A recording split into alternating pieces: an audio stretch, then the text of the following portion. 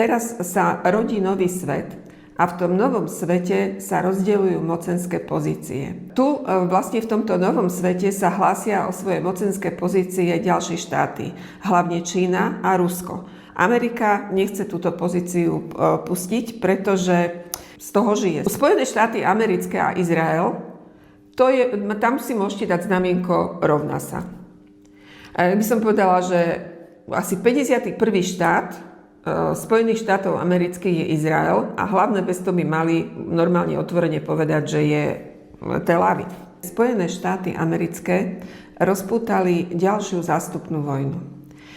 Na Ukrajine pred 4 rokmi rozpútali po prevrate na Majdane prvú zástupnú vojnu s Ruskom.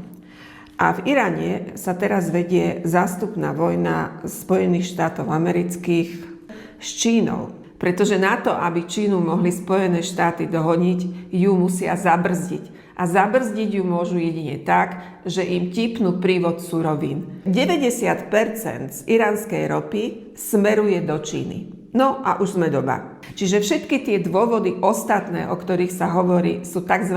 Fejkové. Sú len preto, aby ich tie poplatné médiá rozširovali a aby vazali, ako je kolónia pod názvom EÚ a naši trebárs domáci slovenskí opoziční politici, aby ich opakovali ako také papagáje. Európa sa dobrovoľne zasamovraždila a ako správna americká kolónia sa zbavila lacných surovín z Ruska. A Blízky východ je dosť blízko Európy, čiže my vlastne všetko, čo sa tam deje, pocítime. No a keďže my sme teraz celá Európska únia ako kolónia Spojených štátov amerických, to už je jasné, pretože vlastne Ukrajinci cez družbu pustiť nechcú. Zelenský už asi stratil aj posledný zvyšok zdravého rozumu.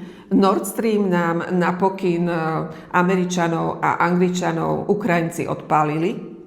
Takže my teraz asi neviem, z čoho budeme fungovať. Sa tu vrátime do doby kamennej alebo niečo podobné. Čo je ešte horšie, nielen pre Európu, ale hlavne mňa zaujíma Slovensko a trápi to, že na našom území sú vojenské základne Spojených štátov amerických, ktoré sa teraz stávajú legitímnym cieľom aj pre Irán. A Irán také zbranie má. Z nich sa dočiahnuť Slovensko aj Európa dá. A to je tá jedna z najhorších správ pre celú Európu. Že nám vládnu idioti. Že na čele Európskej únie sú idioti. A keď som hovorila o Zelenskom, tak tomu už načisto šibe, alebo stratil posledné zvyšky rozumu, alebo si ho prefetoval, pretože on podporuje konanie Spojených štátov amerických. No hlupák. A z čoho mu potom kto bude financovať tú vojnu, do ktorej stále ženie Ukrajincov?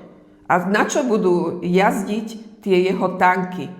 Čo si tam budú Ukrajinci slaninou kúriť, alebo čo? A preto aj vlastne tak, ako už skončila Ukrajina, dovolím si povedať, ich porážkou v tej zástupnej vojne proti Rusku, tak skončia Spojené štáty americké porážkou aj v tejto zástupnej vojne proti Číne. A to si myslím, že to je tá dobrá správa na záver.